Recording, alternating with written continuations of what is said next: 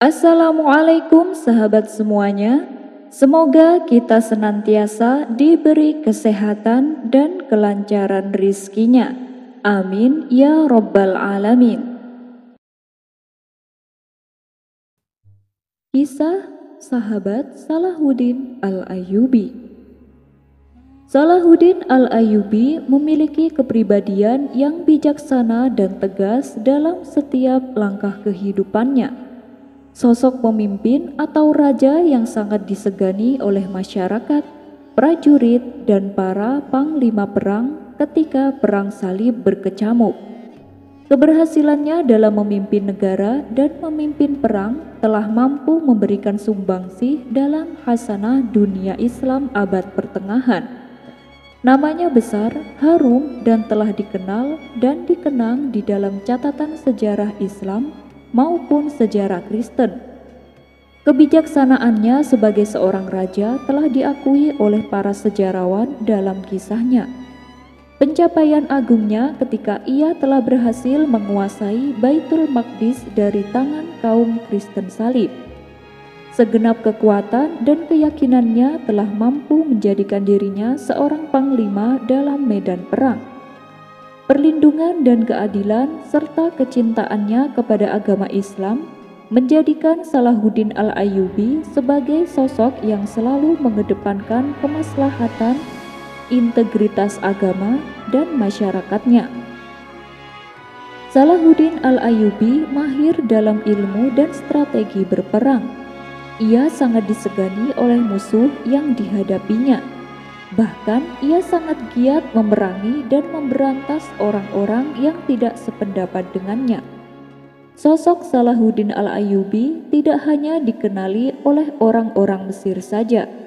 Di berbagai wilayah kekuasaannya, ia dikenali sebagai seorang pemimpin yang mampu menjadi panutan rakyat dan para prajuritnya.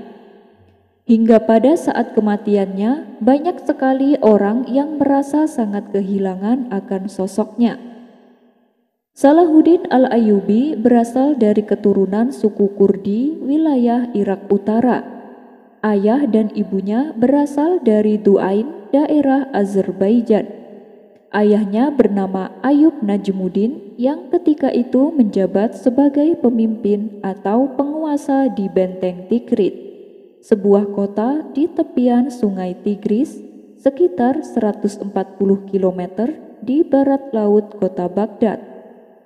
Salahuddin Al-Ayyubi yang memiliki nama asli Abul Muzaffar Yusuf bin Najmuddin Ayyub bin Saji yang bergelar Sultan Al-Malik An-Nasir, yaitu Raja Sang Penakluk.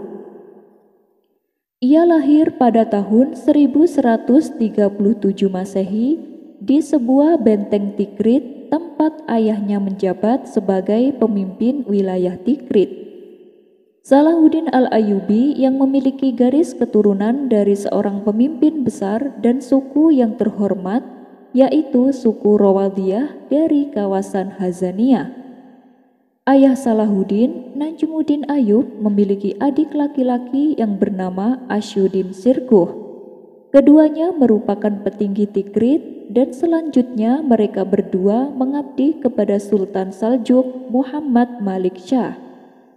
Kelahiran Salahuddin yang diramal ayahnya merupakan kelahiran yang tidak menguntungkan bagi keluarganya ketika itu, karena kelahirannya bertepatan dengan pengusiran keluarganya dari Tikrit oleh Mujahidun Bahruj, penguasa Baghdad.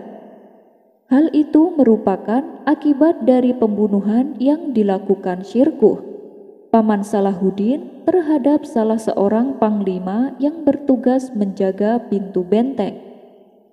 Pembunuhan tersebut karena dilatar belakangi oleh tindakan sang panglima yang telah melakukan tindakan asusila terhadap seorang wanita.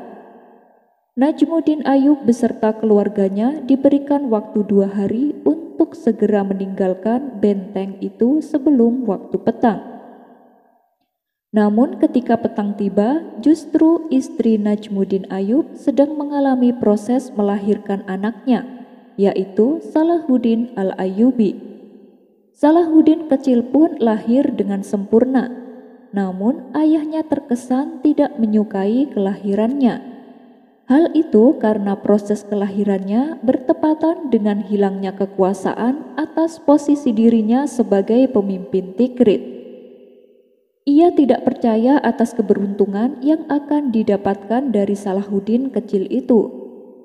Di tengah situasi tersebut, salah seorang pengikutnya mengatakan kepada Najmuddin Ayub, "Tuanku, saya dapat menangkap perasaan sial dan pesimis Tuan terhadap bayi ini. Akan tetapi, dosa apakah gerangan yang telah dilakukannya? Karena alasan apa ia pantas mendapatkan perlakuan yang tidak mendatangkan manfaat dan tidak berguna sedikit pun bagi Tuan? Apa yang terjadi pada dirimu memang sudah ketentuan dari Allah dan takdirnya. Lagi pula, siapa tahu kelak bayi ini akan menjadi penguasa yang disegani dan mempunyai kedudukan terhormat. Semoga Allah menjadikan untuknya suatu kedudukan. Maka biarkanlah dia hidup, karena dia masih bayi yang tidak memiliki dosa dan tidak mengetahui kesusahan dan kegelisahan yang kau alami." Ayah Salahuddin telah sadar jika kelahiran Salahuddin itu pada saat itu tidak ada hubungannya dengan situasi yang dialami keluarganya. Saat proses persalinan telah selesai, keluarga Salahuddin bergegas keluar dari benteng pada malam hari. Entah kemana mereka akan tinggal, karena sudah tidak ada lagi wilayah yang menjadi tempat persinggahan untuk keberlanjutan hidup mereka. Pada suatu ketika, keluarga Salahuddin berada di sekitar wilayah Mosul atau Irak. Mereka berhenti untuk beristirahat sejenak. Dalam peristirahatannya, mereka bertemu dengan Imamuddin Zangki yang menjadi sultan di wilayah Mosul. Keluarga Salahuddin pun disambut baik oleh Imamuddin Zangki, karena Imamuddin Zangki tidak melupakan kebaikan Najmuddin Ayub terhadapnya, karena telah menolong Imamuddin Zangki dari kejaran para tentara Baghdad. Akhirnya keluarga Salahuddin diizinkan untuk menetap dan tinggal di Mosul sampai Imamuddin Zangki memberikan jabatan kepada ayah dan paman Salahuddin sebagai iqta atau wilayah kepemimpinan administratif. Keduanya pun bergabung dengan emir atau komandan di bawah kepemimpinan Zangki. Pada akhirnya, keluarga Salahuddin hidup bersama Imamuddin Zangki. Keduanya, keluarga Zangki dan Salahuddin, terlihat aktif bekerja sama dalam membangun dan mengurus pemerintahan dinasti Zangki. Najmuddin Ayub dan Sirkuh ikut terlibat dalam beberapa penaklukan wilayah yang telah dikuasai oleh pasukan salib. Pada tahun 1139 Masehi, kota Baalbek yang berada di wilayah Suriah ketika itu dipimpin oleh Atabek Mu'inuddin Unur yang berada dekat dengan Damaskus, telah berhasil dikuasai oleh Imamuddin Zangki. Imamuddin Zangki kemudian menunjuk Najmuddin Ayub sebagai gubernur Baalbek. Karena Imamuddin Zangki sepenuhnya menaruh kepercayaan kepada Najmuddin Ayub.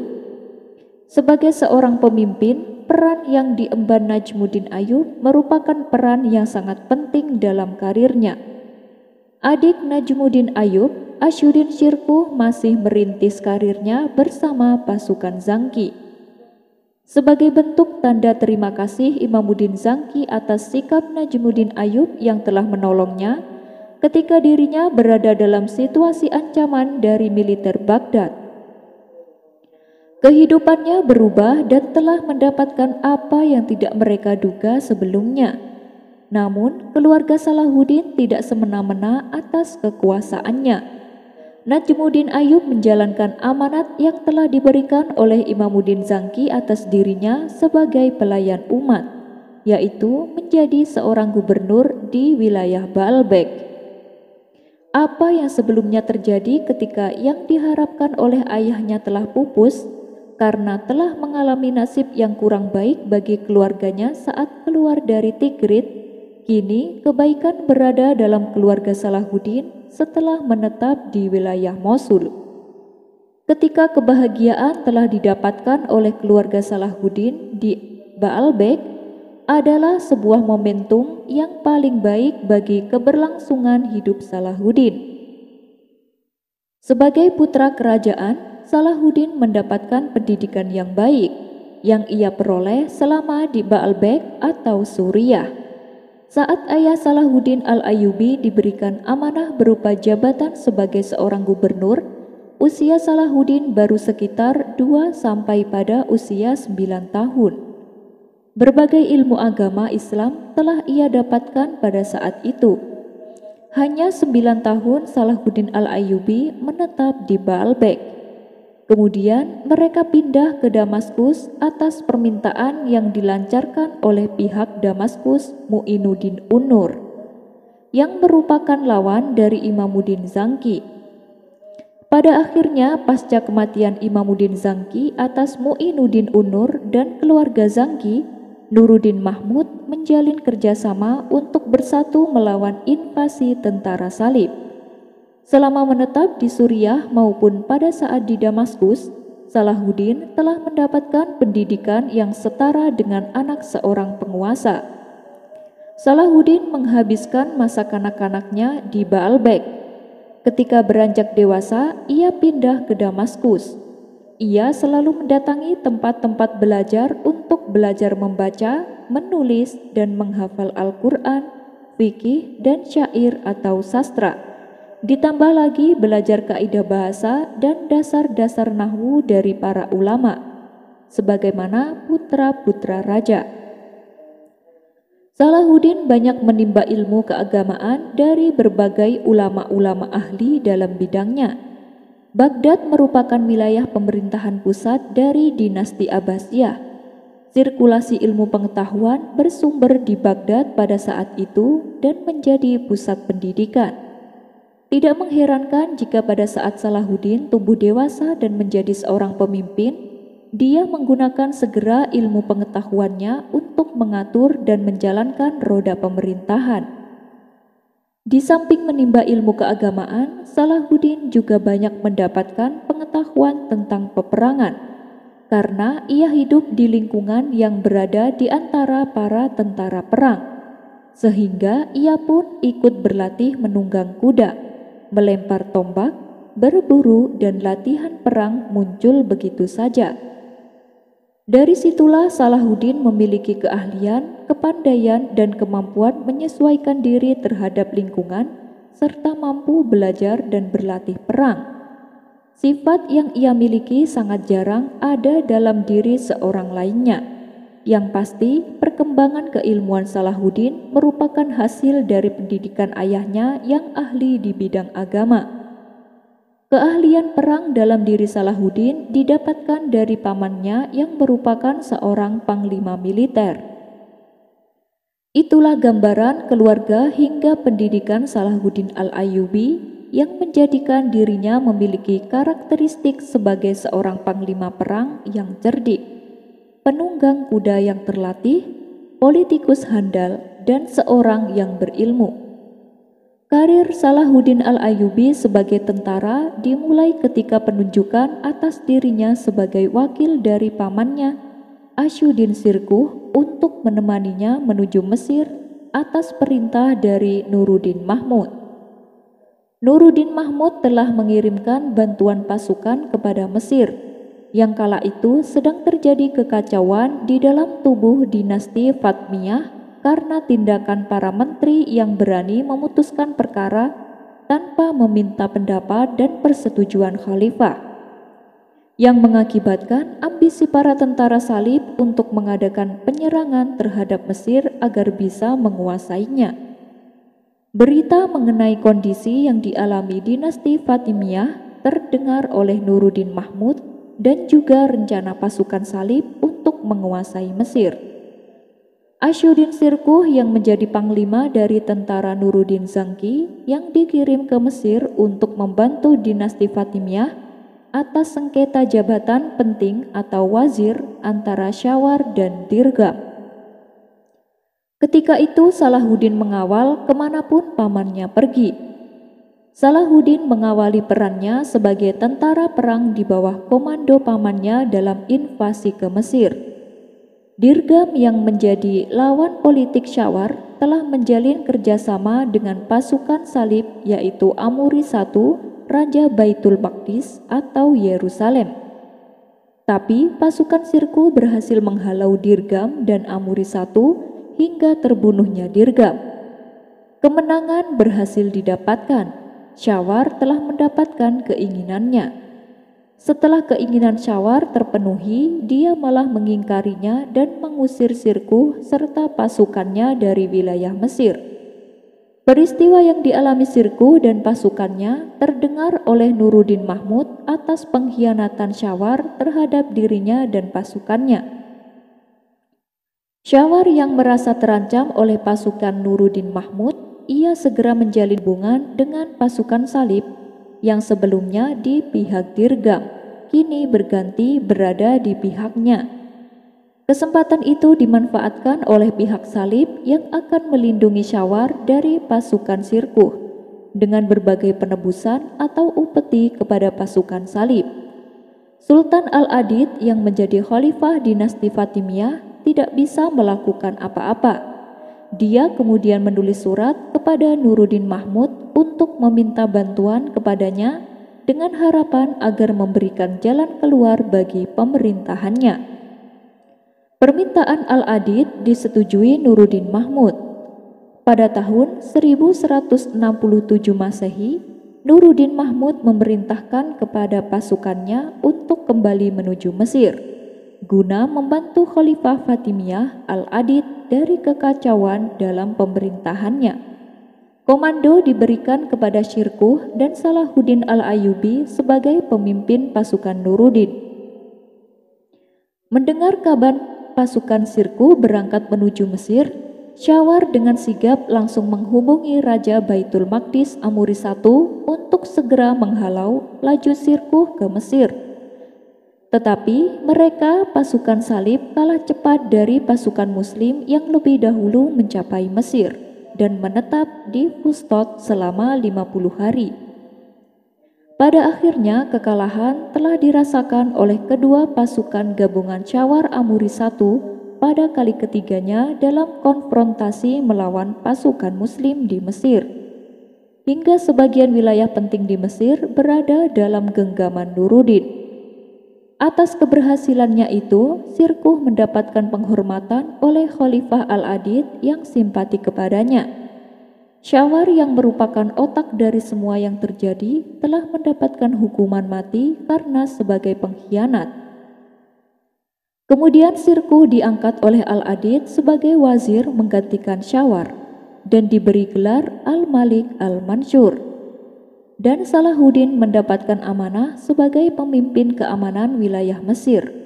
Ini merupakan jabatan pertama bagi Salahuddin dalam lawatannya mendambakan pengambil alihan Mesir dari orang-orang yang telah berkhianat terhadap agama dan negara. Pada 22 Maret 1169 Masehi, Sirkuh meninggal dunia. Hanya 2 bulan Sirkuh merasakan pencapaian karir terbaiknya selama hidupnya sebagai seorang wazir. Salahuddin Al-Ayyubi ditunjuk langsung oleh Khalifah Al-Adid untuk menggantikan posisi Sirkuh. Al-Adid sangat mempercayai Salahuddin sebagai pengganti Sirkuh mengawal Mesir dari para pemberontak, khususnya para petinggi kekhalifahan Fatimiyah yang tidak setuju dengan pencapaian Salahuddin Al-Ayyubi. Pada saat menjadi Perdana Menteri Mesir, usia Salahuddin Al-Ayyubi kurang lebih berusia 30 tahun. Kepercayaan pamannya terhadap keponakannya selama ini menunjukkan bahwa dia memiliki kemampuan dalam kepemimpinan dan militer, juga seorang yang dapat diandalkan. Sebetulnya Mesir merupakan wilayah yang selama ini diharapkan oleh Nuruddin Mahmud. Dengan bersatunya Mesir, Damaskus dan Aleppo dijadikan sebagai basis-basis kekuatan umat Islam untuk mempertahankan integritas wilayah Muslim dan kaum Muslim dari serangan para tentara salib. Integritas umat Islam atau wahdatul ummah merupakan kewajiban yang tidak dapat ditawar-tawar lagi yang harus dilaksanakan oleh umat muslim. Persatuan dan kesatuan kaum muslimin merupakan manifestasi dari nilai-nilai yang luhur, lahir dari kesadaran sifat kemanusiaan yang merupakan sebuah pernyataan dari kesadaran keagamaan yang mendalam dan lahir dari ketaatan dan penyerahan yang mutlak kepada Allah Subhanahu wa Ta'ala, sehingga mewujudkan persatuan yang dijalin oleh rasa kasih sayang, persaudaraan yang tiada taranya. Pada tahun 1170 Masehi, Sultan Al-Adid meninggal dunia dan berakhirlah keturunan kekhalifahan dinasti Fatimiyah. Tidak ada lagi pengganti Khalifah Al-Adid yang berasal dari keturunannya. Salahuddin Al-Ayyubi yang menjabat sebagai Perdana Menteri naik takhta pasca kematian Al-Adid. Naiknya Salahuddin Al-Ayyubi sebagai penguasa Mesir menggantikan Khalifah Fatimiyah Al-Adid menjadi momen penting dalam misinya untuk menyatukan umat Islam. Mesir berada dalam genggaman seorang jenderal yang soleh dan tegas. Hubungannya dengan Nuruddin bertambah baik sampai tidak berpikir untuk memisahkan diri dari monopoli kekuasaan atau memberontak terhadap pemerintahan Nuruddin Mahmud yang sudah terjalin baik dengan keluarganya. Tahun-tahun pertama yang telah dilewatinya di Mesir telah mendapatkan 3 tantangan yang akan dihadapi oleh Salahuddin. Pertama, ancaman pemberontakan dari sisa-sisa pendukung Fatimiyah di Mesir. Kedua, serangan dari orang-orang Frank yang merasa terpukul dengan jatuhnya Mesir ke tangan Nuruddin. Ketiga, terjadinya ketegangan antara pihak Salahuddin dan Nuruddin. Serangan yang pertama dan kedua mampu ditangani oleh Salahuddin dengan pasukannya. Namun permasalahan yang ketiga menjadi permasalahan yang serius ketika di antara keduanya ada pihak yang berusaha untuk mencerai-beraikannya. Tapi semua itu tidak berlangsung lama. Kejernihan kembali menyirami kedua pahlawan tersebut. Salahuddin tetap memiliki loyalitas terhadap Nuruddin sampai Nuruddin meninggal dunia pada tahun 1173 Masehi. Pemerintah Fatimiyah merupakan pemerintah Syiah Islamiyah. Namun, para penduduk Mesir berpegang teguh pada paham Sunni. Salahuddin tidak bekerja sendiri dalam menumpas sisa para pemberontak golongan Syiah di Mesir. Dia ditemani oleh seorang birokrat brilian dari dalam pemerintahan Fatimiyah sendiri, yaitu Abdurrahim Al-Baishani Al-Akhimi Al-Asqalani, yang dikenal sebagai Qadhi Al-Fadl. Hal-hal yang dilakukan Salahuddin pada selanjutnya yaitu melanjutkan kembali misi Nuruddin Mahmud yang ingin menyatukan wilayah-wilayah Islam dalam genggamannya dan mengikat diri kepada Khalifah Abbasiyah. Qadhi Al-Fadl menjadi menteri sekaligus penasehat bagi kerajaannya. Dalam kekuasaannya, Salahuddin berhasil menyatukan wilayah-wilayah Islam yang mencakup utara Irak, Kurdistan, Suriah Yaman, Maroko, dan pesisir pantai Afrika Utara. Pada tahun 1177 Masehi, Salahuddin Al-Ayyubi menikahi seorang janda dari Nuruddin Mahmud yang bernama Asid Khatun Ismatuddin binti Mu'inuddin Unur. Setelah Khalifah Al-Adid, yaitu Khalifah dinasti Fatimiyah yang terakhir wafat pada tahun 1171 Masehi, Salahuddin Yusuf Al-Ayyubi berkuasa penuh untuk menjalankan peran keagamaan dan politik. Maka sejak itulah dinasti Ayyubiyah mulai berkuasa hingga sekitar 75 tahun lamanya. Keberhasilan tersebut mendorongnya untuk menjadi penguasa otonom di Mesir. Dalam mengonsolidasikan kekuatannya, ia memanfaatkan keluarganya untuk melakukan ekspansi ke wilayah lain. Saudaranya dikirim untuk menguasai Yaman. Pada tahun 1173 Masehi, Taqiyuddin, keponakannya, diperintah untuk melawan tentara salib di Dimyat. Adapun Syihabuddin, pamannya, diberi kekuasaan untuk menduduki salah satu kota di Mesir. Dari Mesir, Salahuddin juga dapat menyatukan negara-negara Muslim. Pada tahun 1174 Masehi, ia berhasil menguasai Damaskus, kemudian Aleppo tahun 1185, dan Mosul pada tahun 1186 Masehi. Salahuddin Yusuf al-Ayyubi dianggap sebagai pembaharu di Mesir karena dapat mengembalikan madhab Sunni. Melihat keberhasilannya itu, Khalifah al-Mustadi dari Bani Abbasiyah memberi gelar kepada Salahuddin, yaitu Al-Mu'iz li Amiril Mu'minin, atau penguasa yang mulia.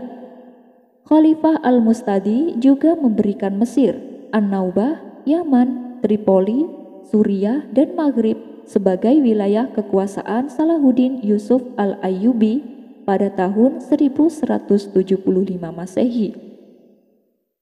Sejak saat itulah Salahuddin dianggap sebagai Sultanul Islam wal Muslimin, atau pemimpin umat Islam dan kaum muslimin. Di bawah kekuasaannya, Baitul Maqdis berhasil dikuasai oleh umat Islam setelah pada tahun 1099 Masehi berada dalam kekuasaan pasukan salib.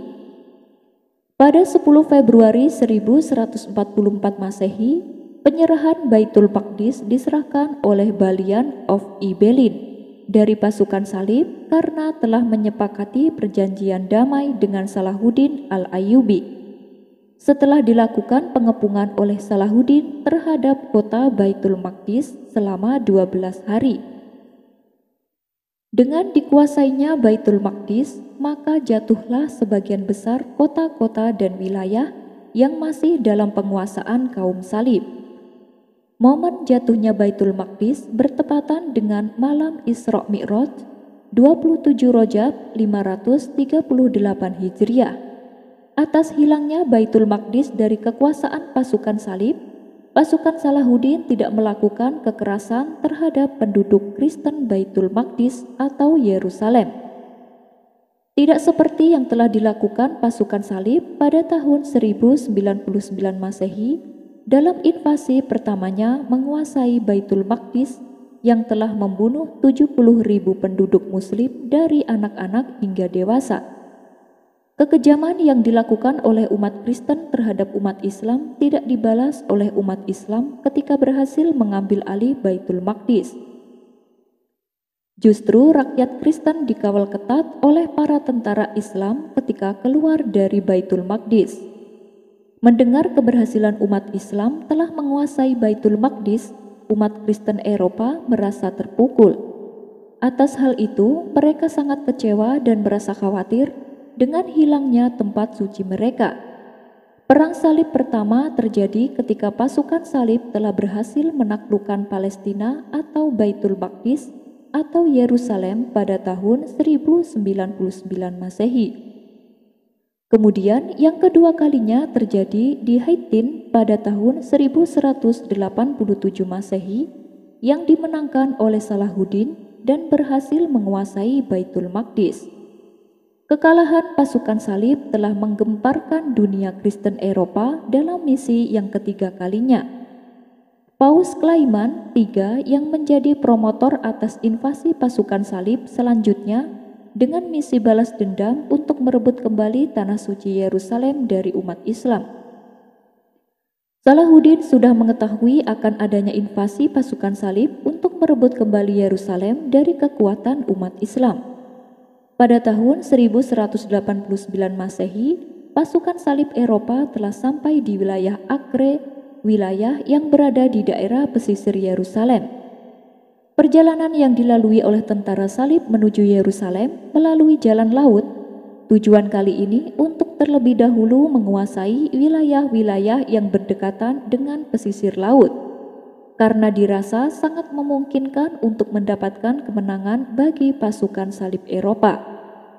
Jika wilayah yang berada di pesisir berhasil dikuasai, Acre, Askalon, hingga Baitul Maqdis atau Yerusalem menjadi target utama dalam misi ketiga ini. Acre berhasil dikuasai oleh pasukan salib Eropa. Ketiga, setelah melakukan penggabungan terhadap wilayah Acre, kemudian selanjutnya adalah wilayah perairan Askalon. Tapi sebelum menguasai Askalon, kedua belah pihak terlebih dahulu melakukan gencatan senjata karena perselisihan di antara Raja Eropa yang berkenan dengan status tahta kerajaan Yerusalem. Jika Yerusalem berhasil dikuasai kembali oleh pasukan salib. Banyaknya korban serta berbagai kesusahan yang mereka hadapi menjadikan masing-masing pihak bersikap lebih realistis. Diplomasi dan upaya perdamaian mulai berlangsung lebih sering.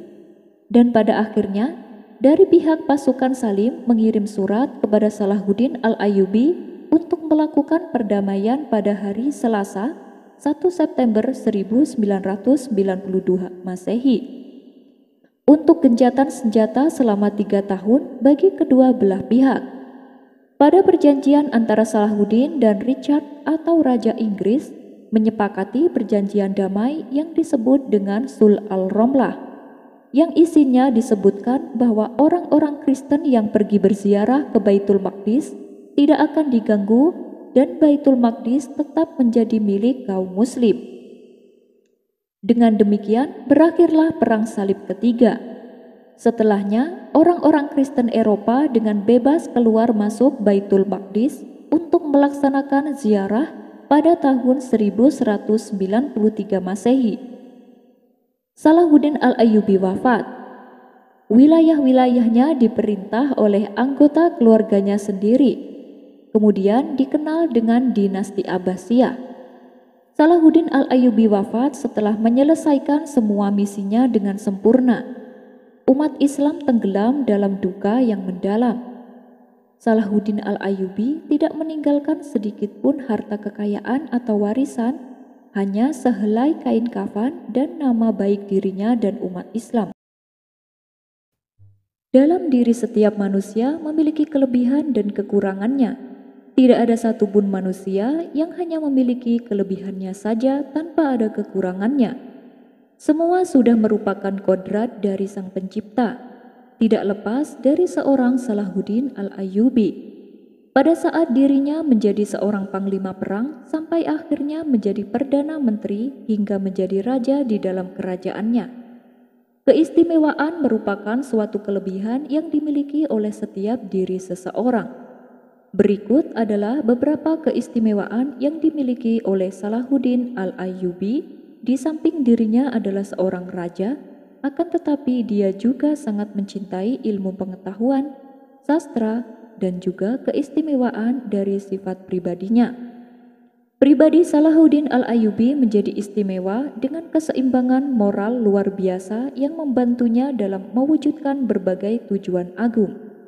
Dan inilah beberapa keistimewaan dari Salahuddin Al-Ayyubi: ketakwaan dan ketekunan dalam beribadah, adil dan murah hati, pemberani dan rendah hati, cinta, perjuangan, dan jihad.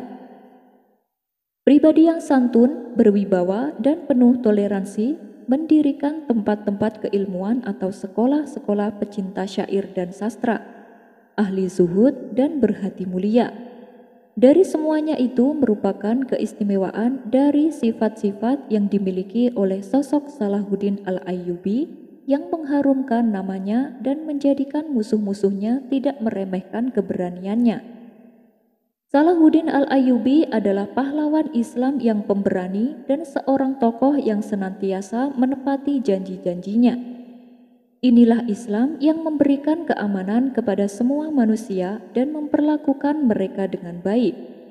Musuh-musuh Salahuddin mengakui sifat-sifatnya yang berjiwa ksatria, berakhlak mulia, memuliakan tamu, tidak khianat, memberi maaf kepada yang berbuat salah, dan memberikan pasukan salib pelajaran yang tidak bisa mereka lupakan.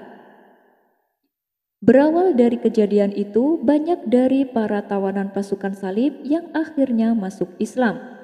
Mereka sadar bahwa agama yang dianut Salahuddin adalah agama yang benar dan penuh damai. Salahuddin Al-Ayyubi bukanlah orang yang senang mengajak berperang. Ia adalah seorang yang menjaga kebebasan, penjaga dan pembela negara Islam dari musuhnya, yaitu pasukan salib. Ia menjadi pahlawan Islam karena pasukan salib telah menjajah negara Islam dengan kekuatan dan paksaan, perampasan semena-mena, juga membunuh orang yang tidak berdosa. Salahuddin telah mengambil pelajaran hidupnya dari Nabi Muhammad SAW. Dalam sebuah pertempuran yang sangat besar, Salahuddin selalu menyempatkan dirinya untuk melaksanakan sholat fardu maupun sholat sunnah bersama para pasukannya. Suatu ketika pada saat Salahuddin dan pasukannya berhasil memenangkan sebuah pertempuran menghadapi pasukan salib menuju pembebasan Baitul Maqdis atau Yerusalem yang bertepatan dengan hari Jumat, semua pasukan melaksanakan sholat Jumat. Karena ketakwaannya kepada Allah Subhanahu wa Ta'ala, perjuangannya dimudahkan olehnya hingga dikuasainya Baitul Maqdis oleh Salahuddin Al-Ayyubi. Babak pertama pencapaian Salahuddin menuju ketenarannya seperti telah disebutkan terjadi ketika Nuruddin berkuasa. Saat Salahuddin harus menjalani perjuangan sulit untuk mendapatkan kekuasaan di Mesir sebagai pembantu Nuruddin yang menjadi pengawal pamannya. Perjuangannya yang sangat besar setelah wafatnya Nuruddin, pemerintahan umat Islam berada dalam genggamannya. Fokus utama Salahuddin adalah mendapatkan kredibilitas bahwa dirinya adalah penerus Nuruddin. Dekade pertama kekuasaannya dihabiskan untuk menaklukkan kekuatan Muslim dengan tujuan untuk mempersatukan umat Islam dan bersama-sama berjuang melawan dominasi pasukan salib yang berada di wilayah Arab. Dengan didudukinya Aleppo, Salahuddin telah menyatukan Suriah dan Mesir dalam kekuasaannya dan berhasil mengembalikan Baitul Maqdis dalam wilayah kekuasaannya.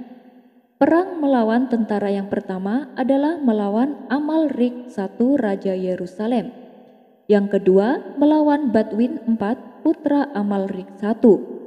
Yang ketiga melawan Reynal Dikatilion atau penguasa benteng Karak di sebelah timur Laut Mati.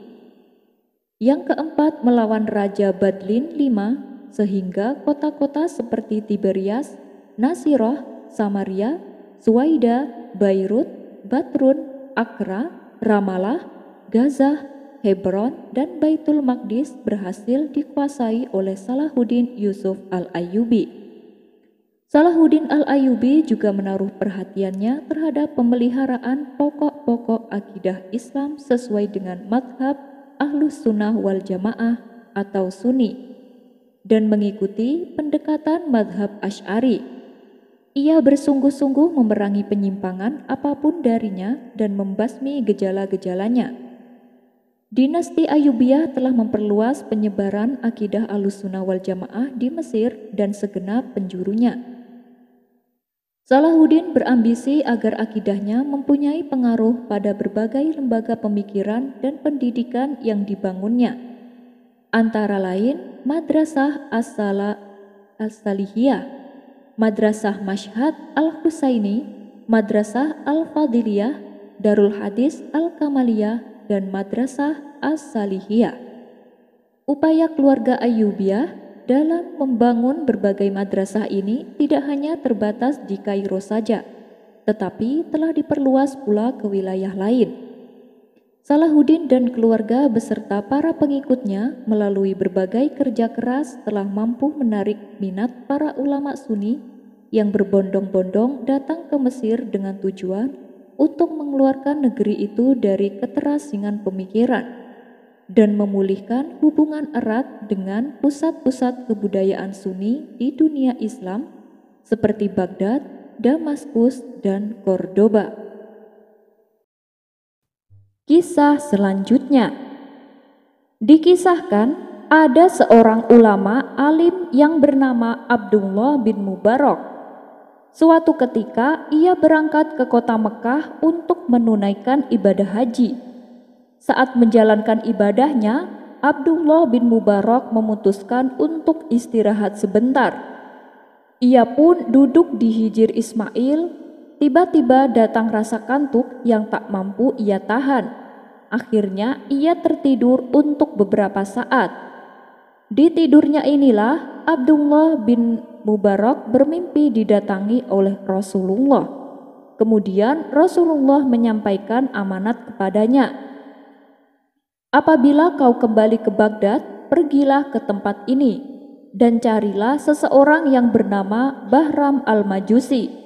Sampaikan salam kepadanya dan katakan bahwa Allah ridho kepadanya. Seketika Abdullah bin Mubarak menjadi kaget dan terbangun dari tidurnya. Ah, ini mimpi dari setan.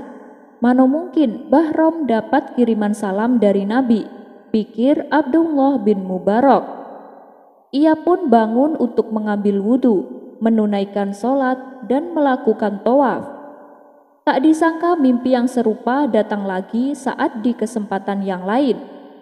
Peristiwa ini berulang hingga 3 kali. Akhirnya setelah selesai menunaikan ibadah haji, Abdullah bin Mubarak menjalankan amanat yang disampaikan Rasulullah dalam mimpinya.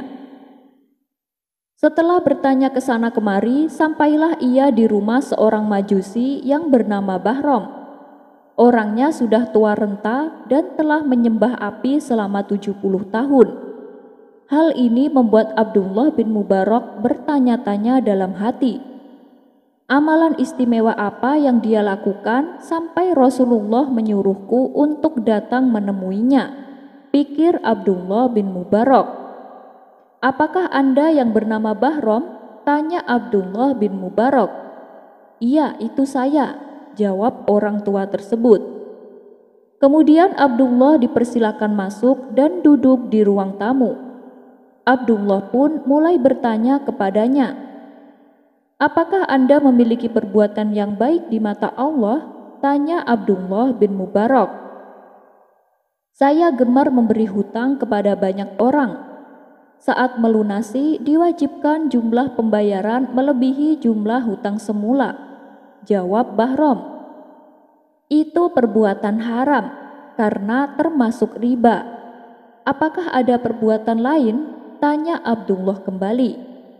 Saya mempunyai anak 4 orang putri dan 4 orang putra. Karena tak ingin harta saya pindah ke tangan orang lain, maka saya jodohkan mereka sesama saudara sekandung, jawab Bahram. Itu juga haram. Apa ada perbuatan yang lain? Tanya Abdullah. Saat menikahkan putra-putri saya, tata cara pesta memakai aturan majusi. Kata Bahram menjelaskan. Itu sama saja haram. Apakah ada perbuatan yang lain? Tanya Abdullah. Anak saya yang paling bungsu adalah gadis yang paling cantik di kota ini. Saya merasa tak ada satupun pemuda yang pantas berpasangan dengan dirinya. Karena itu, saya memutuskan menikahi anak saya sendiri. Dan pestanya saya adakan secara mewah yang dihadiri lebih dari 1000 tamu undangan, jawab Bahram. Itu juga haram. Apakah ada yang lain? Tanya Abdullah. Meskipun terus-menerus didesak pertanyaan yang sama, Bahram tetap meladeninya dengan sabar. Kali ini ia bercerita tentang pengalamannya bertemu seorang wanita muslim. Pernah pada suatu malam, saat saya hendak menyetubuhi anak saya yang saya nikahi, ada wanita muslim masuk ke dalam rumahku dan menyalakan lampu. Namun ketika saya keluar kamar, wanita itu langsung memadamkan lampunya dan pergi meninggalkan rumahku. Kejadian tersebut berlangsung sampai 3 kali berturut-turut, sehingga membuat saya curiga kalau dia adalah seorang pencuri. Akhirnya diam-diam saya membuntuti wanita itu sampai ke rumahnya. Ternyata wanita tersebut menghuni gubuk kecil bersama 3 orang anaknya yang sedang menangis. Mereka tengah kelaparan dan merengek menanyakan makanan kepada ibunya. Wanita itu merasa dihimpit situasi serba sulit. antara anaknya yang kelaparan dan rasa malu mengemis kepada saya, karena aku adalah orang kafir Majusi. Wanita itu lalu berkata kepada anak-anaknya, "Wahai anakku, saya malu untuk meminta kepada selain Allah, sedangkan yang aku minta adalah seorang Majusi," kata si wanita sambil menangis. Melihat hal itu, saya pun merasa iba. Saya segera pulang ke rumah untuk mengambil sebuah wadah yang terisi penuh makanan. Lalu saya membawanya sendiri ke rumahnya dan saya berikan kepada keluarganya. Entah kenapa hati saya merasakan kebahagiaan saat melihat mereka bisa makan dengan kenyang, tutur Bahrom menceritakan. Inilah yang dimaksud dengan kebaikan. Aku akan menyampaikan kabar gembira untukmu, sahut Abdullah bin Mubarak. Saat itu juga Abdullah bin Mubarak menjelaskan kepada Bahrom perihal mimpinya bertemu dengan Rasulullah. "Saya bermimpi sampai 3 kali Rasulullah menyampaikan salam khusus untukmu. Beliau juga mengatakan padaku bahwa Allah sudah ridho denganmu," kata Abdullah bin Mubarak. Mendengar hal itu, orang tua Majusi tersebut tak kuasa menahan rasa bahagianya. Ia pun langsung mengucapkan 2 kalimat syahadat di hadapan Abdullah bin Mubarak. Setelah mengucapkan 2 kalimat syahadat, tiba-tiba orang tua renta itu terjatuh dan meninggal. Abdullah bin Mubarak lalu memandikannya, mensolatinya dan menguburkannya. Kisah ini terdapat dalam kitab Durratun Nasihin. Wallahu a'lam bishawab. Kisah selanjutnya. Dahulu di zaman Rasulullah, di suatu desa yang jauh dari kota Madinah, ada seorang pemuda gembala menjumpai serigala yang bisa bicara layaknya manusia. Kisah ini berawal saat si gembala sedang menggembalakan ratusan domba di sebuah padang rumput yang luas. Domba-domba tersebut bukanlah miliknya, melainkan kepunyaan sang majikan yang diamanatkan kepadanya. Karena cuacanya yang cukup panas, si gembala berniat duduk istirahat sambil mengamati domba ternak gembalaannya. Tanpa ia sadari, ternyata ada seekor serigala yang sedari tadi mengintai domba-domba tersebut. Ketika salah satu domba terpisah dari rombongan, sang serigala langsung menerkamnya. Ia pun berlari membawa kabur domba buruannya. Namun karena domba yang diterkamnya besar dan gemuk, membuat sang serigala agak kerepotan hingga akhirnya aksinya ini ketahuan oleh si pemuda gembala. Si pemuda gembala segera mengejar serigala tadi dan menakut-nakutinya dengan ayunan tongkat. Si gembala juga menarik paksa domba yang ada dalam terkaman sang serigala. Di saat itulah tiba-tiba keajaiban terjadi. Sang serigala tiba-tiba berkata kepada gembala layaknya manusia, "Mengapa kau begitu zalim? Allah telah menetapkan domba itu sebagai rizkiku untuk hari ini. Tapi mengapa engkau merebutnya dariku?" Betapa terkejutnya si gembala ketika mendengar serigala itu bertutur kata kepadanya, "Kamu bisa bicara?" Kata si gembala merasa takjub. "Mengapa engkau melihatku terheran-heran? Harusnya engkau tahu ada yang lebih mengherankan daripada seekor serigala yang bisa berbicara," ujar sang serigala. "Apa itu?" tanya si gembala penasaran. "Di Madinah ada seorang nabi dan rasul yang Allah utus untuk sekalian alam.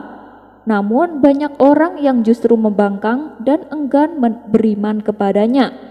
Nama nabi itu adalah Muhammad Shallallahu Alaihi Wasallam," tutur sang serigala.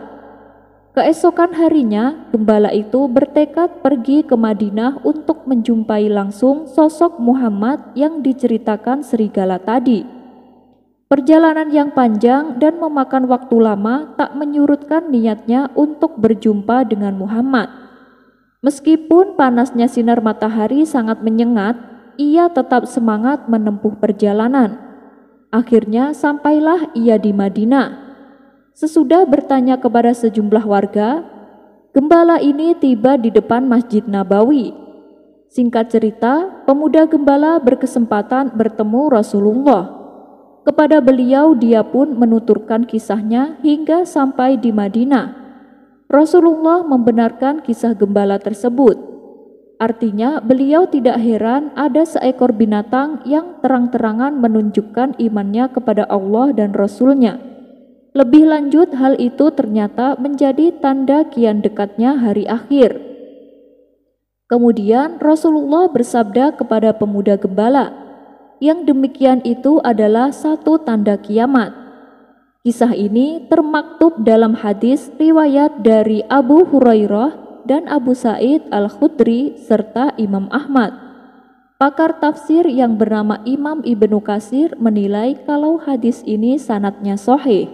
Wallahu a'lam bishawab. Kisah selanjutnya. Ada sebuah kisah menarik dari Sultan Murad keempat, Sultan Kekaisaran Ottoman yang berkuasa pada tahun 1623 sampai 1640. Ia memang dikenal sering menyamar dan kemudian berbaur di tengah-tengah rakyat untuk melihat secara langsung kehidupan negerinya.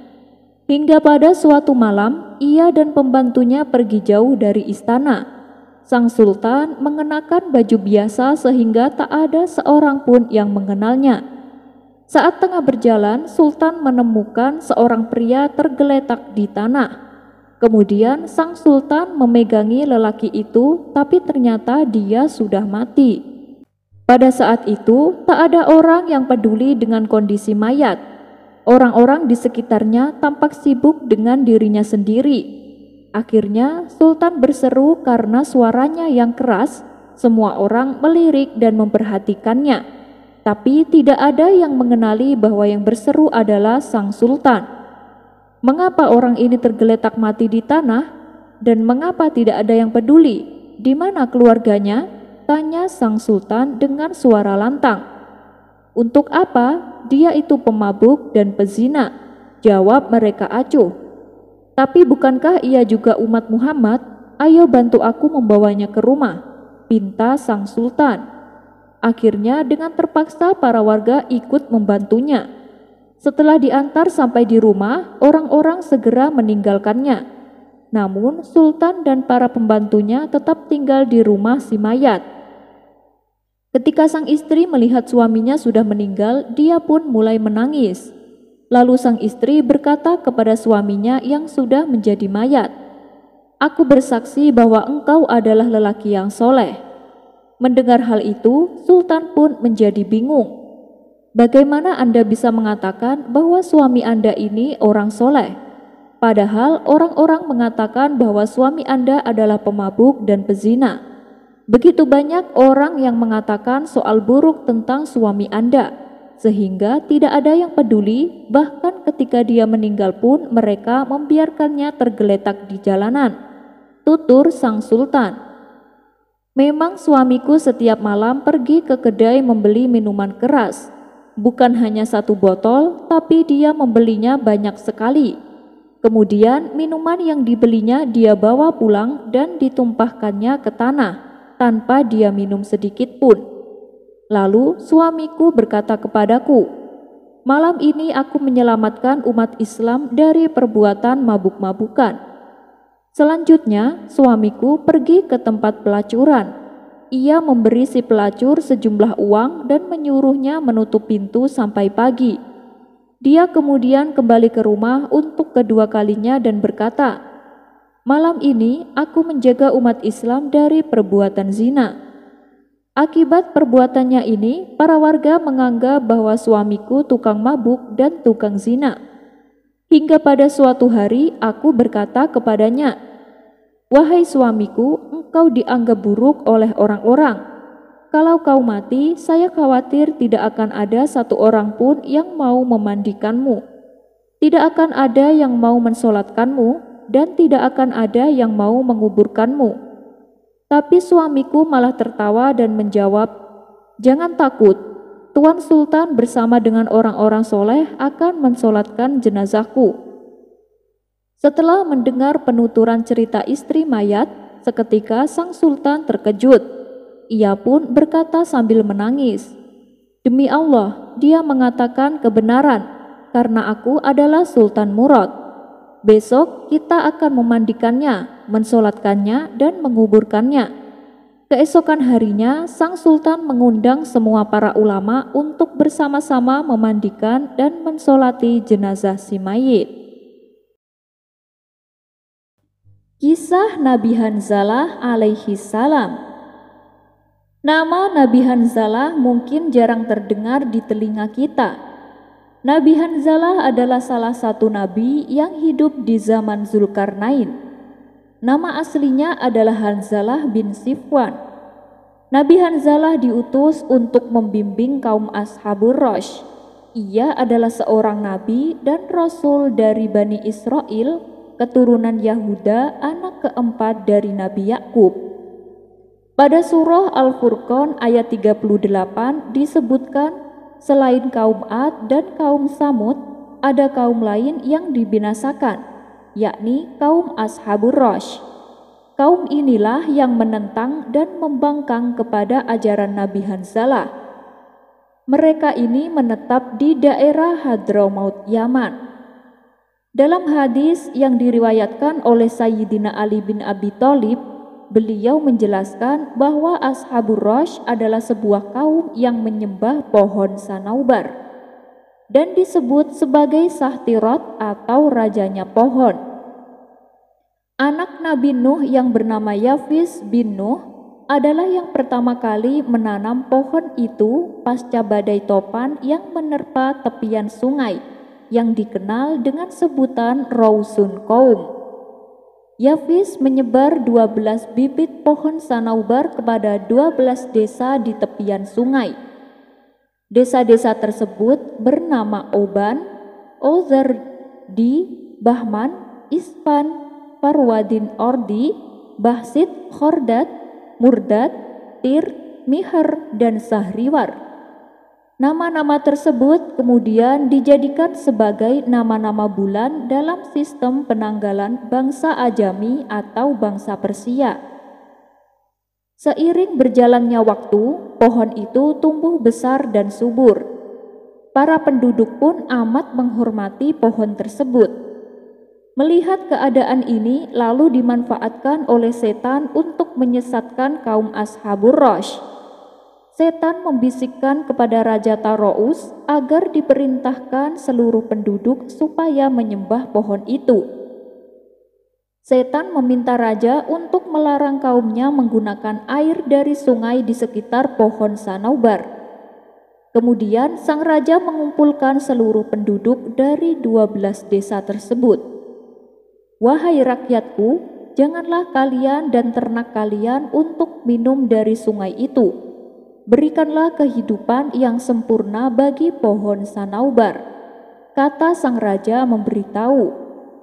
Sementara setan meyakinkan kaum Ashabur Rosh bahwa pohon tersebut merupakan hayat ilahiyat, yaitu pohon kehidupan ketuhanan, sehingga tidak diperbolehkan siapapun mengganggu kehidupan pohon itu. Ternyata hasutan setan ini berhasil menyesatkan mereka dan membuatnya menyembah pohon sanaubar. Dalam rangka pemujaan, kaum Ashabur Rosh mengadakan sebuah perayaan rutin tiap bulannya, di mana pada hari raya itu mereka mempersembahkan seserahan berupa daging hewan yang dibakar. Saat asap pembakaran membumbung tinggi, mereka bersujud dan berdoa kepada pohon sanaubar. Kemudian dengan tipu dayanya, setan membuat pohon tersebut seolah-olah bisa berbicara. Dengan suara menggema, pohon tersebut berkata membalas doa-doa mereka.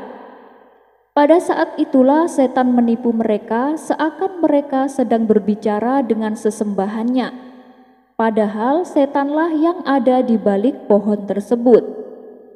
Pada suatu ketika, salah satu pengawal kerajaan menemukan seorang anak kecil sedang minum dari air sungai itu. Ia pun langsung melaporkannya kepada sang raja. Mendengar laporan tersebut, seketika sang raja menjadi murka. Dalam keadaannya yang sedang emosi, setan menghasut dan mempengaruhi sang raja untuk memenggal kepala anak kecil yang tak berdosa itu. Sang raja pun segera menyiapkan algojo dan mengumpulkan kaumnya di depan pohon sanaubar. Tangan anak kecil itu diikat di atas papan penggal. Algojo telah mengasah pedang dan penduduk berteriak, "Hukum dia, hukum dia, hukum dia." Sang anak menjadi ketakutan. Ia memohon dan menangis supaya diberikan pengampunan. Ia mengatakan bahwa ia terpaksa minum dari air itu karena ia merasa sangat haus. Akan tetapi raja tak memaafkannya. Maka dipenggallah leher anak yang tak berdosa itu. Lalu setan datang dan berkata dari balik pohon sanaubar, "Lihatlah, ini adalah hukuman bagi siapapun yang minum dari sungai itu. Maka bersujudlah kepadaku." Mendengar itu, raja dan kaum Ashabur Rash segera bersujud di depan pohon sanaubar.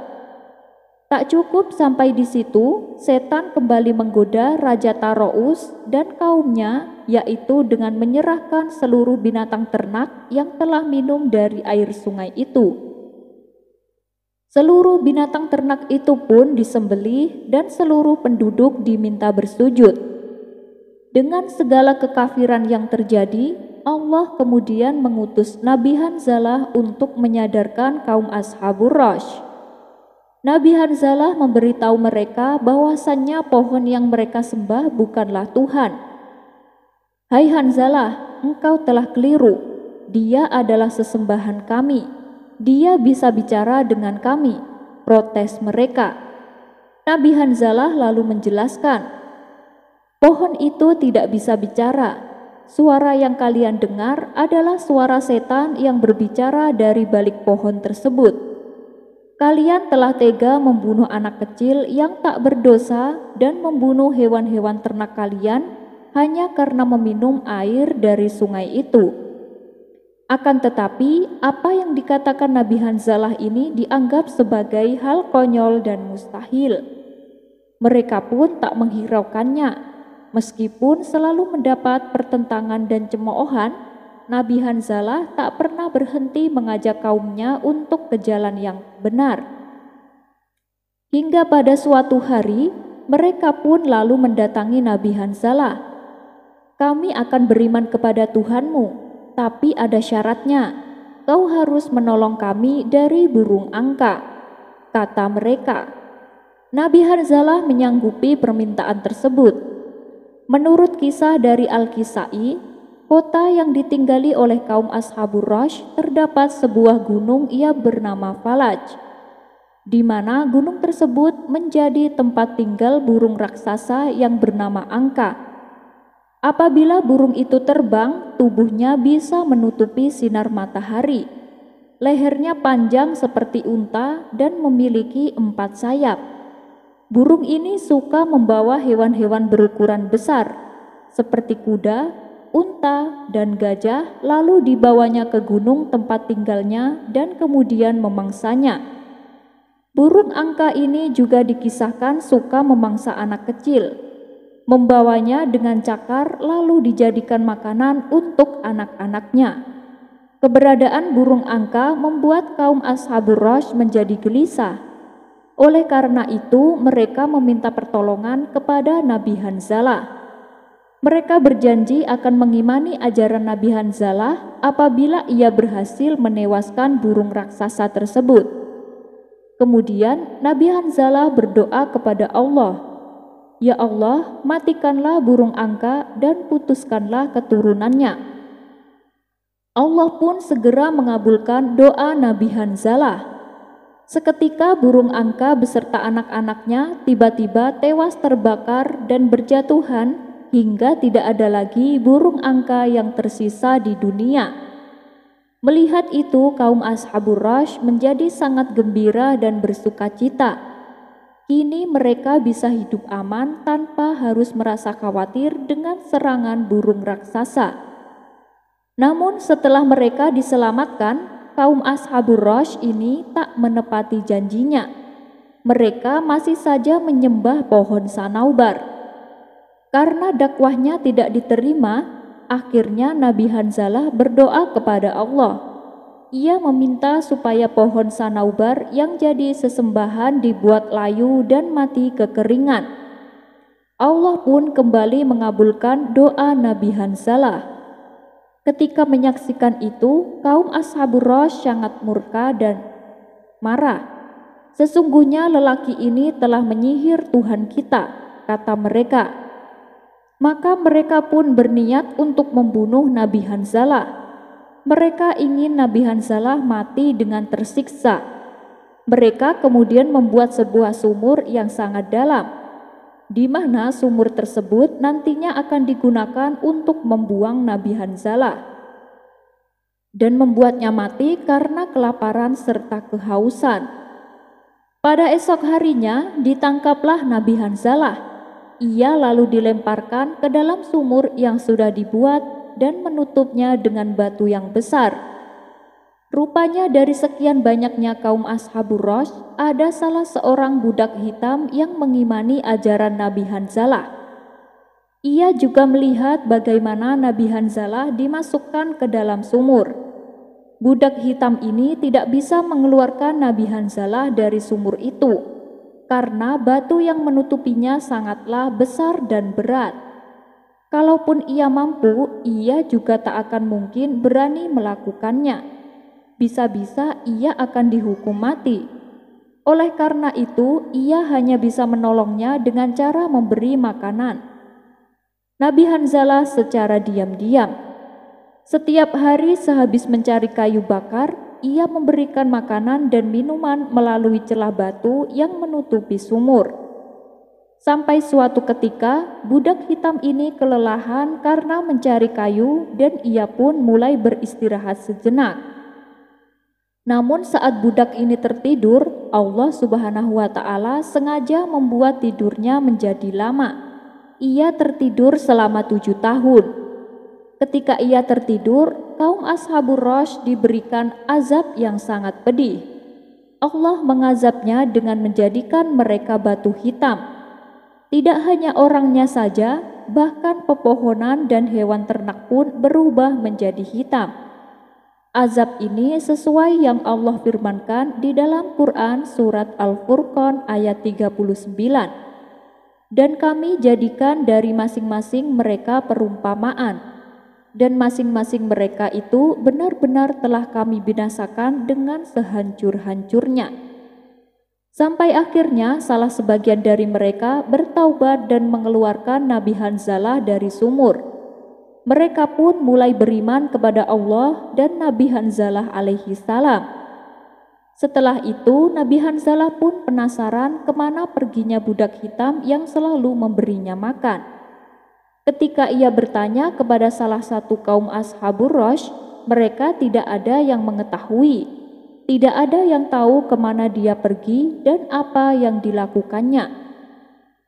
Dalam sebuah tafsir Ibnu Katsir, beliau menjelaskan tatkala Nabi Hanzalah dikeluarkan dari sumur, ia bertanya kepada kaumnya tentang keberadaan budak hitam yang menolongnya. Mereka menjawab, "Kami tidak tahu." Dan Nabi Hanzalah tak pernah menemukannya sampai ia meninggal dunia. Setelah Nabi Hanzalah wafat, Allah membangunkan budak hitam dari tidurnya, dan dialah orang yang pertama kali masuk ke dalam surga. Wallahu a'lam bishawab. Kisah selanjutnya. Dikisahkan ada sebuah negeri yang dipimpin oleh raja yang bijaksana. Raja tersebut diyakini adalah Nabi Ilyasa. Di bawah kepemimpinannya ini, negerinya menjadi makmur dan sejahtera. Hukum ditegakkan dengan seadil-adilnya, sehingga rakyat pun merasa aman. Seiring berjalannya waktu, usia sang raja sudah semakin menua. Tapi sayangnya ia tak mempunyai keturunan untuk dijadikan penerusnya. Kemudian sang raja mengumpulkan semua rakyat dengan tujuan untuk mencari penerus kerajaannya. Sang raja merasa dirinya sudah terlalu tua dan saatnya untuk mundur dari singgasana. Di hadapan seluruh rakyat, raja berkata bahwa ia akan mempersilahkan bagi siapapun yang mau menggantikan dirinya sebagai raja. Hanya saja sang raja mengajukan syarat, yakni sanggup berpuasa pada siang hari dan beribadah pada malam hari, dan sanggup menahan amarahnya. Apabila sanggup melakukannya, maka sang raja akan menyerahkan tahtanya. Rakyat yang mendengar pengumuman tersebut hanya bisa terdiam. Mereka sebenarnya bukan tidak bisa, tapi takut untuk mengemban tugas sebesar itu. Hingga akhirnya ada seorang pemuda mengangkat tangannya dan menyatakan kesanggupannya. Pemuda tersebut adalah Basar putra Ayub atau yang lebih dikenal dengan sebutan Nabi Zulkifli. Sang raja tidak lantas mengiyakan kesanggupan dari si pemuda. Raja pun kemudian mengulang perkataannya di hadapan seluruh rakyat. "Wahai rakyatku, siapa saja di antara kalian yang sanggup berpuasa pada siang hari dan beribadah pada malam harinya, juga sanggup menahan amarah, akan saya serahkan kerajaan ini. Karena saya sudah sangat tua, namun semua rakyatnya tetap saja terdiam. Tidak ada yang berani mengangkat tangan untuk menyatakan kesanggupannya, kecuali hanya satu pemuda, yakni Nabi Zulkifli. Raja pun tidak menghiraukan Nabi Zulkifli, hingga ia mengulang perkataannya untuk yang ketiga kalinya. Lagi-lagi hanya pemuda tersebut yang mengangkat tangan dan mengatakan bahwa dirinya sanggup menggantikan posisinya sebagai raja. Setelah 3 kali bertanya, maka sang raja merasa yakin bahwa hanya pemuda tersebut yang siap menggantikan posisinya. Singkat cerita, ketika sudah menjadi seorang raja, Nabi Zulkifli menjadi pemimpin yang adil dan bijaksana. Ia bahkan memenuhi janjinya untuk berpuasa di siang hari dan beribadah di malam hari. Ia juga senantiasa menahan amarahnya. Ia mementingkan hajat semua rakyatnya. Ia juga memperhatikan kebutuhan rakyatnya yang sedang dalam kesusahan. Sehingga dalam beberapa tahun, negeri yang dipimpin Nabi Zulkifli bertambah makmur dan sejahtera. Ia pun kini menjadi raja yang dihormati dan dicintai rakyatnya. Pada suatu ketika, kerajaan Nabi Zulkifli akan berperang melawan pemberontak. Nabi Zulkifli mengajak rakyatnya untuk turun berperang. Namun sayangnya, rakyat Nabi Zulkifli tidak mau bergabung karena merasa takut. Mereka mengajukan satu permintaan. Mereka mau berperang jika Nabi Zulkifli ikut berperang dan menjamin keselamatan mereka. Nabi Zulkifli pun menyanggupi permintaan mereka. Beliau lalu berdoa kepada Allah meminta keselamatan serta kemenangan. Setelah mendengar doa Nabi Zulkifli dan menjamin keselamatan mereka semua, barulah rakyatnya bersiap maju berperang. Akhirnya Nabi Zulkifli dan rakyatnya memperoleh kemenangan. Permintaan yang ditepati oleh Nabi Zulkifli membuat mereka semakin hormat kepada rajanya tersebut. Melihat ketaatan Nabi Zulkifli kepada Allah serta dicintai oleh rakyatnya membuat iblis ingin mengujinya. Iblis ingin membuat Nabi Zulkifli lalai dari tugasnya, juga lalai dari janjinya. Kemudian iblis menyamar menjadi kakek tua untuk mengganggu Nabi Zulkifli. Ia mendatangi Nabi Zulkifli pada siang hari, di mana pada waktu tersebut merupakan waktu istirahatnya. Meskipun demikian, Nabi Zulkifli tetap menyambutnya dengan penuh kehangatan. Iblis yang menyamar menjadi kakek tua kemudian bercerita panjang lebar mengenai keluhan yang dialaminya, yang membuat Nabi Zulkifli menahan tidur siangnya. Setelah selesai bercerita, Nabi Zulkifli menyarankan kepada kakek tersebut apabila ingin kembali mengadu keluh kesahnya agar datang pada sore hari saja. Kakek itu pun mengiyakannya. Namun pada sore hari hingga matahari terbenam, kakek tersebut tidak datang. Ia justru datang kembali pada keesokan harinya pada waktu siang, ketika waktunya bagi Nabi Zulkifli untuk istirahat. Melihat si kakek datang, Nabi Zulkifli pun bertanya, mengapa ia tidak datang pada sore hari saja? Namanya saja iblis yang menyamar. Ia menjawabnya dengan berbagai macam alasan. Yang sebenarnya ingin ia lakukan adalah memancing amarah Nabi Zulkifli dengan mengganggu waktu istirahatnya. Akan tetapi Nabi Zulkifli tetap bersabar dan melayani kakek tersebut dengan ramah. Setelah waktu menjelang sore, tibalah waktunya si kakek pamit pulang. Nabi Zulkifli kembali menyarankan agar datangnya pada waktu sore saja. Akibat ulah kakek ini, Nabi Zulkifli sampai tidak tidur selama beberapa hari. Hingga pada keesokan harinya, Nabi Zulkifli memerintahkan beberapa pengawal untuk menjaga pintu masuk istana. Ia juga memberi pesan kepada mereka agar melarang siapapun datang di saat waktu istirahatnya. Hal ini dikarenakan kondisi beliau sudah sangat kelelahan dan ingin tidur sejenak. Tapi kakek itu datang kembali di saat waktunya Nabi Zulkifli istirahat. Tentu saja ia langsung dihadang penjaga dan tidak diperbolehkan masuk. Namun karena kakek tersebut adalah jelmaan iblis, ia dapat masuk ke dalam istana dan menemui Nabi Zulkifli. Hal ini dilakukan untuk kembali mengganggu waktu istirahatnya, agar Nabi Zulkifli terpancing dan menjadi emosi. Dengan demikian, Nabi Zulkifli telah melanggar sumpahnya saat diangkat menjadi raja. Sang kakek lalu segera menuju kamar Nabi Zulkifli.